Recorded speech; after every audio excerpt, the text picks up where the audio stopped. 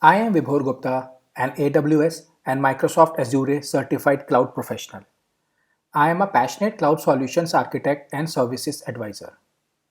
AWS organization helps to centrally manage and govern the environment as a company grows and scales up. It can be done at a go or incrementally. Today in this video, we are going to create an organization. AWS will associate our current account as the management account of the organization. Then we will create new accounts within the organization or invite existing accounts. After that, we will create organizational units and then group members accounts into organizational units. In the last, we will apply permission boundaries with the help of service control policies to accounts or OUs. Let's discuss this with the help of an architecture. Suppose we started with a single AWS account, and as we scaled up, we added multiple AWS accounts based on the environments and application workflow. Now the problem with this sort of architecture is that we will have to separately manage their billing, audit trails, security, access, and whatnot. It increases a lot of overhead and becomes difficult to manage over time. So the best solution that we have is to create an AWS organization with a master or management account and then add all these accounts within organizational units and restrict access with service control policy as per the requirements.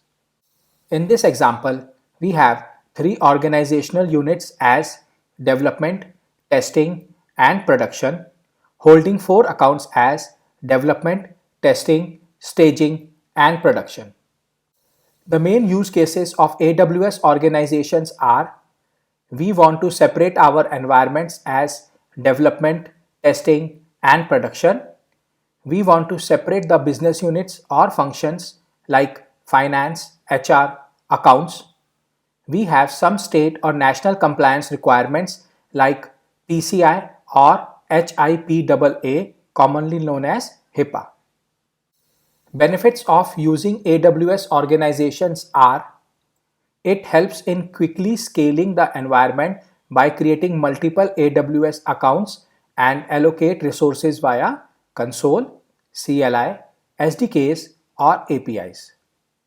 Group the account together into organizational units based on environment type, use case, departments, or service. Also give freedom to the teams to build with the resources while staying safe within the set boundaries. Apply different service control policies or security boundaries to users, accounts, or OUs based on the use case. Single sign-on or other Active Directory can also be used to provide access. By using AWS organizations, restrictions can be applied at APIs or service level. There is no need to create individual IAM users in all accounts and instead create IAM roles. When a user from the master account wants to access the member account, they can do a role switch and simply assume the role. Consolidated bill for the entire organization with a single payment method and also get quantity discounts. AWS Cost Explorer and Compute Optimizer can be used to track and optimize resources across accounts. Centrally manage your resources, accounts, recommended configurations, or trail logs using Amazon GuardDuty, AWS Config, and AWS CloudTrail respectively. And the most important benefit is that it's free for all users, so get started now. Let's log into AWS console and create an organization. As step 1, we have to create the management account for the organization, and then at step 2, we will create invite member accounts within the organization. So go to search bar and search for AWS organizations. Click on create an organization. So as part of the process, AWS will convert the normal account into the management account for the organization. You must have received an email to verify your account. Please log in to your mailbox and verify your email address. Now click on Add an AWS account. We have two options over here. Create an AWS account. If this is a new setup, then we can simply create new AWS accounts as member accounts. If we hold an existing setup and we already have created few AWS accounts in the past, then we can invite them using their account ID or email ID and convert them as members account. We will add accounts using both the methods. In the first step, we will click on Create an AWS account. Give the name of the account. It can be development, production, or even the name on the workflow. For now, we are going to give the name as development account. We have to enter a unique email address that we want to associate with this account. We can use a trick over here to create multiple unique accounts using only one Gmail account. As per the Google, we can create task-specific email addresses for different purposes. If you see over here the example, it says Cassie plus news. So in the same way, I am going to create an account as Vibhor AWS Architect plus Dev. Let's go back. So the name of my account will be. So this plus dev will only be used as an alias and the email will actually be routed to this email address. Now, AWS is going to create an IAM role for accessing this account. So our IAM user from the management account will assume the administrator access policy with the help of organization account access role and will perform all necessary actions. We have to use this name later in the video. So if you want, you can copy this and keep it at a safe place or save it in your clipboard. Click on Create AWS account. So our AWS account has been created. Now I am going to create another AWS account for test environment.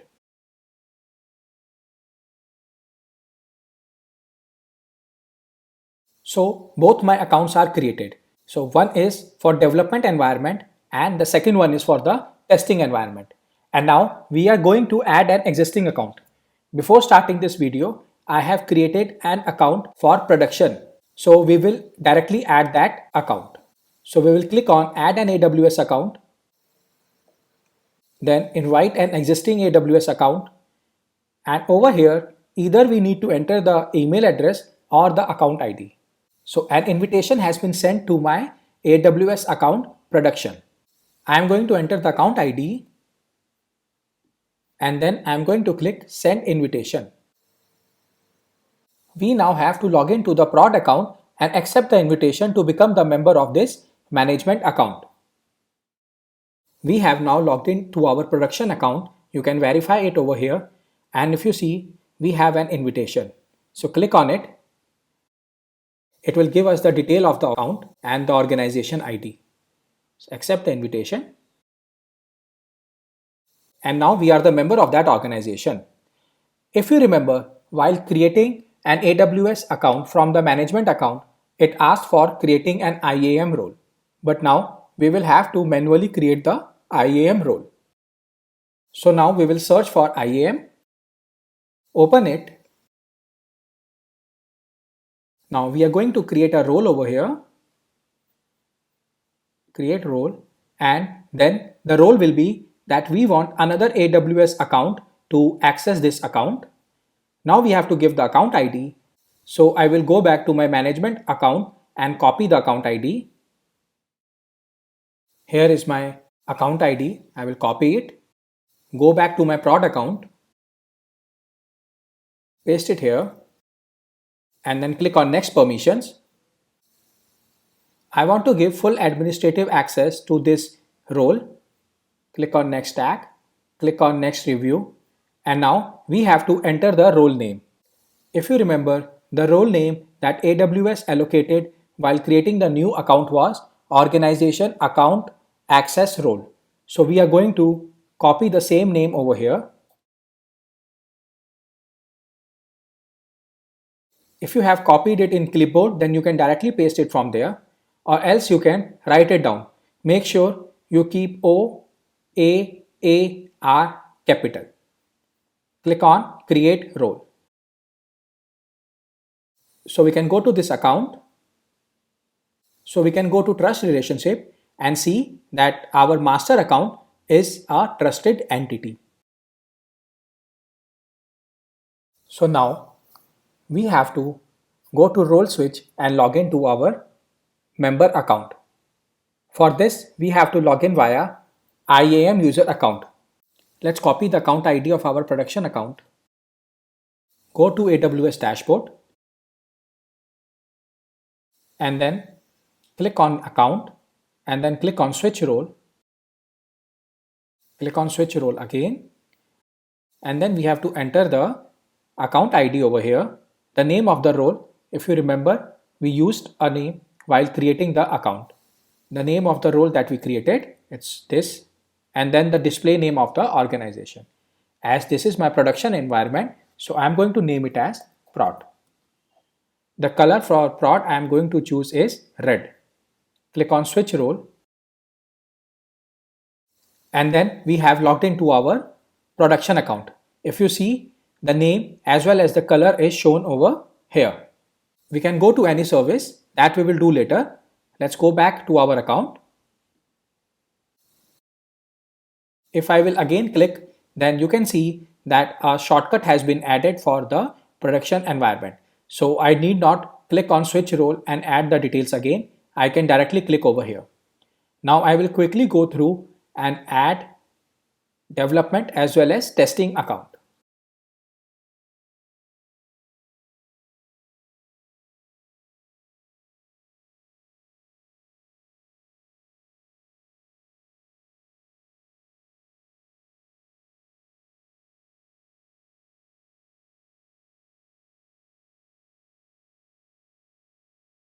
So I have added all three accounts: prod account for prod environment and dev and test account for development and test environment. Now we have to understand some theory before proceeding to service control policy. In this example, we are going to create two organizational units, one as internal for development and testing account and the other as external for production account. We can restrict the access with the help of SCP or the service control policies. It's a JSON document just like the policy document that we have previously used while creating an IAM role and IAM user in the previous videos. SCPs can be attached to organizational units or to accounts within the organizational units.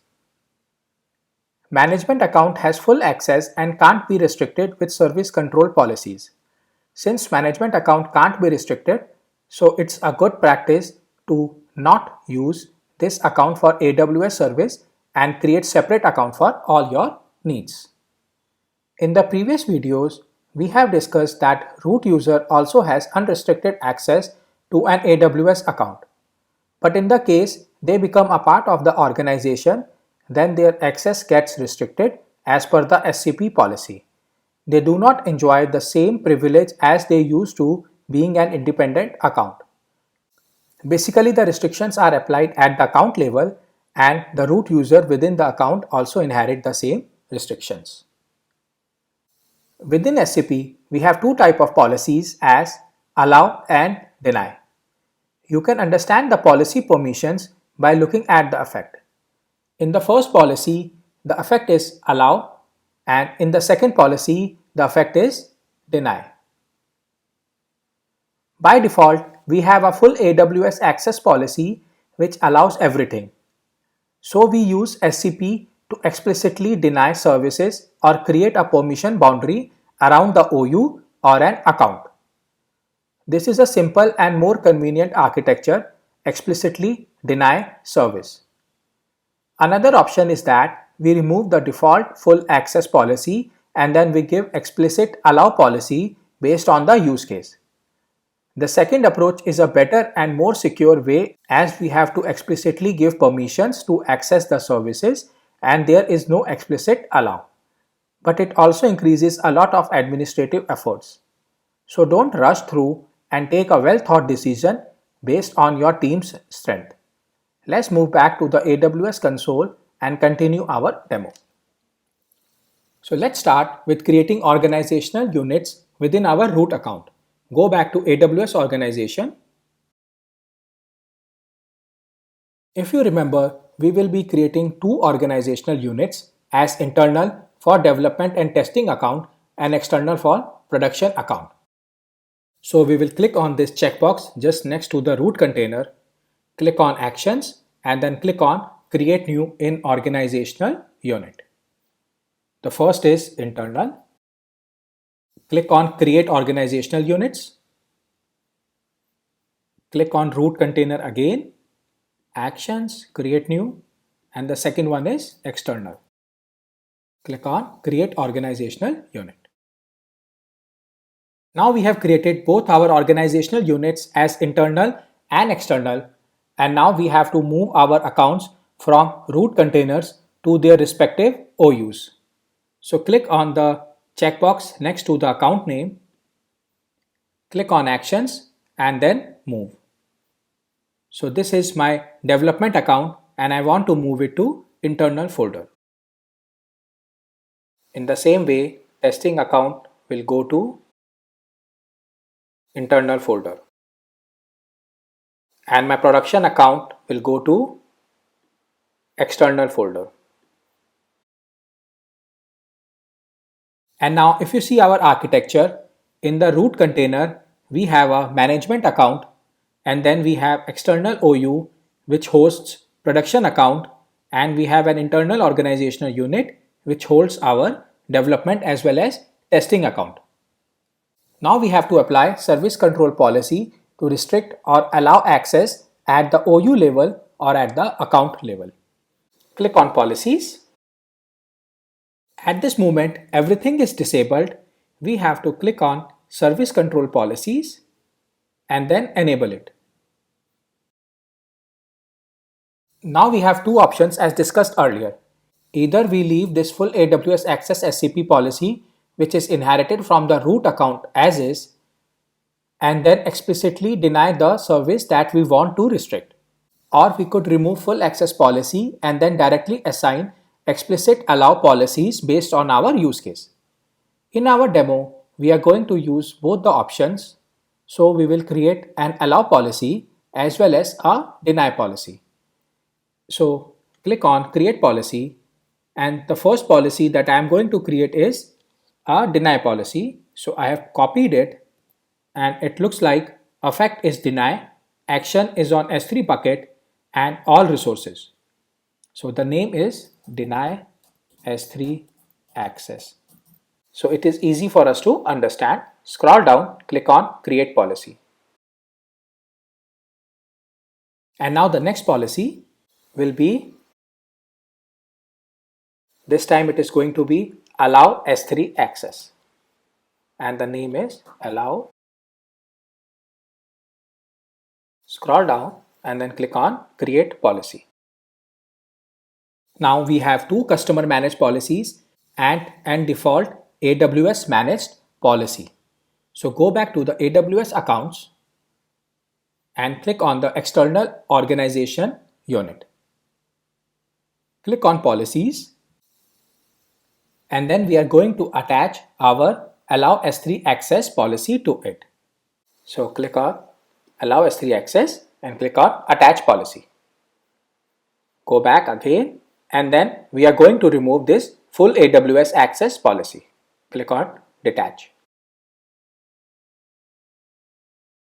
And now if you see, by deleting explicit allow to all service, we are giving it an implicit deny to all the services.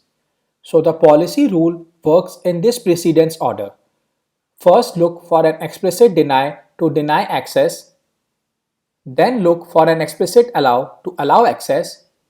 In the last, apply implicit deny to all other policies. Now let's go back to AWS accounts. Click on internal and then go to the testing account. In this case, we are not going to add any policy to our internal organizational unit and we are going to add it to testing account. Scroll down, click on policies And then in this case, we will have full AWS access policy inherited from the root container, whereas we are going to explicitly deny S3 access for this account. Go back to policies and we will just verify it.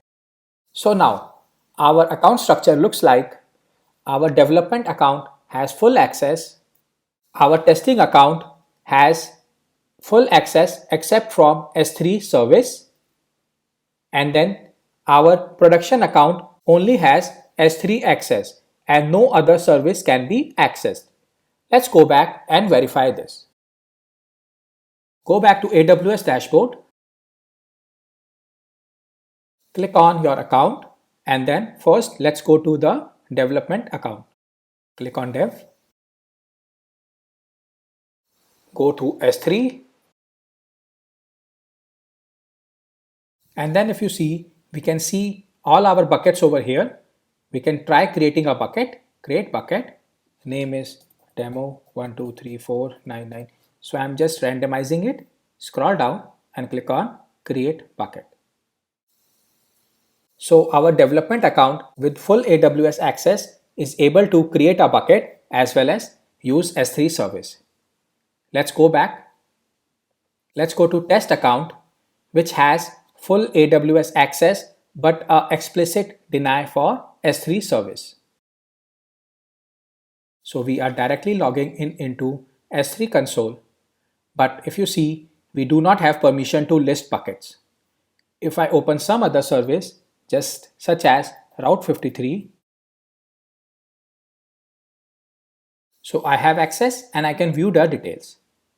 Now we are going to our prod environment where we have explicit allow to S3 service and an implicit deny to all other service. So as we are in Route 53 dashboard, so in production account, we should get an error. Click on prod. So it says that there is an error and we cannot see the details. Now let's go to S3 service and see whether we have access or not. And we can see whether there is a bucket or not. Let's create a bucket with a random number, scroll down and click on create bucket. So we are able to create this bucket. That means we do have access to S3 bucket. So today in this video, we have created the management account for the organization, created, invited and added account within the organization, grouped them into organizational units, and then restricted or allowed access with the help of service control policy at the organization level as well as at the account level. This is the end of this video. Thank you for watching my video.